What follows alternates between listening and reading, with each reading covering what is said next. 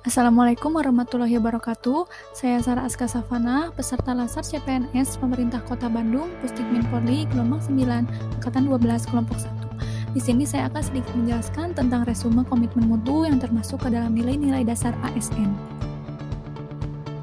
Apa sih komitmen mutu itu?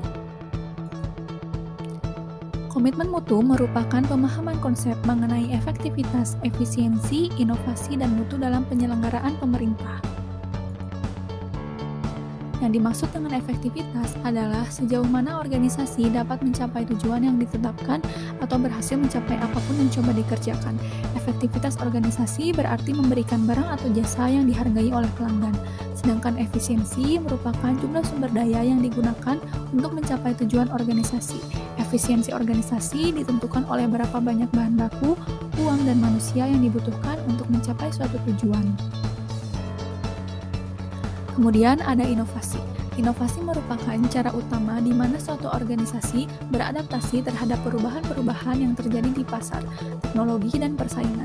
Kemudian mutu, apapun yang menjadi kebutuhan dan keinginan konsumen yang nihil cacat, sesuai dengan kesempurnaan, sesuai dengan persyaratan, juga sesuai dengan spesifikasi.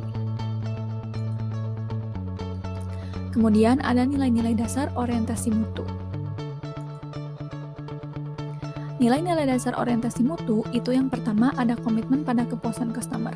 Kita sebagai ASN harus berorientasi kepada kepuasan customer karena kepuasan customer penting bagi kita untuk tetap menjaga kualitas mutu atau meningkatkan pelayanan kita.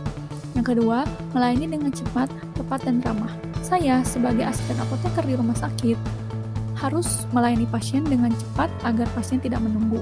Juga dengan tepat karena sangat penting bagi keselamatan pasien. Dan yang ketiga, ramah. Harus tidak lupa mengucapkan salam, senyum, sapa, sopan, dan santun. Yang ketiga, melayani dengan hati. Kita sebagai ASN harus melayani dengan hati karena kita harus ikhlas agar pasien senang dengan kita. Juga memberikan kesan positif terhadap kita ataupun instansi. Yang keempat, melindungi dan mengayomi. Yang kelima, perbaikan berkelanjutan. Hal ini dilakukan untuk memonitoring kinerja kita agar meminimalisasi terulangnya kesalahan yang pernah terjadi dan meningkatkan kualitas mutu. Nah, kemudian bagaimana cara meningkatkan produktivitas atau mutu? Yang pertama itu harus ada inputnya. Input ini berupa bahan baku, sarana prasarana, atau lingkungan. Dari input ini kita memproses bagaimana keluarnya hasil yang diharapkan, yaitu dengan cara bekerja secara optimal, bertanggung jawab, profesional, adanya motivasi, kemampuan, pelayanan, dan pendidikan. Kemudian dari proses ini diharapkan ada output, yaitu meningkatkan produktivitas atau meningkatkan mutu. Nah, dari peningkatan produktivitas atau mutu yang tadi telah dijelaskan, itu diharapkan adanya manajemen mutu terpadu atau Total Quality Management yang dapat disingkat dengan TQM. TQM terdiri atas kegiatan perbaikan berkelanjutan yang melibatkan setiap orang dalam organisasi melalui usaha yang terintegrasi secara total untuk meningkatkan kerja. 5 pilar TQM yaitu ada produk, proses, komitmen, pemimpin, dan organisasi. Nah, ada 7 cara yang bisa dicapai untuk mewujudkannya TQM.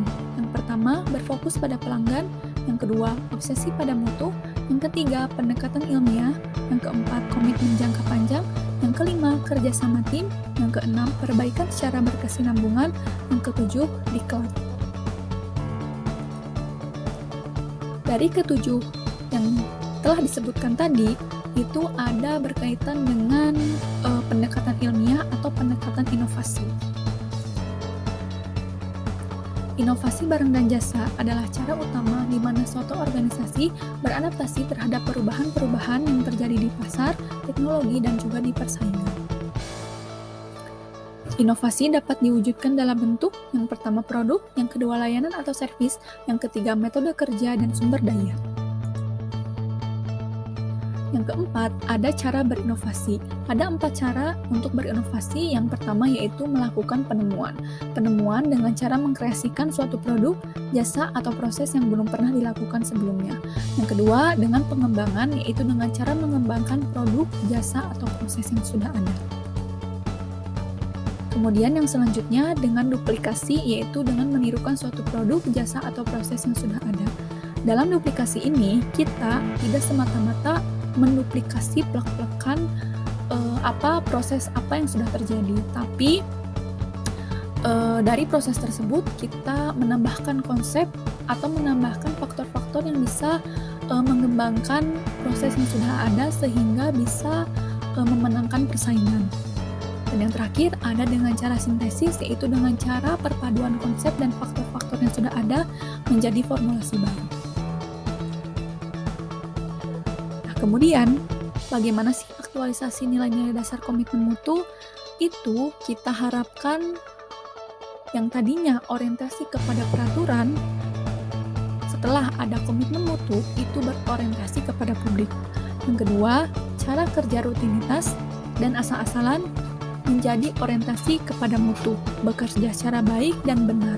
Yang ketiga, sikap pasif, yang tadinya sikap pasif, sikap tidak mau berkembang, itu menjadi sikap yang dinamis, proaktif, dan inovatif.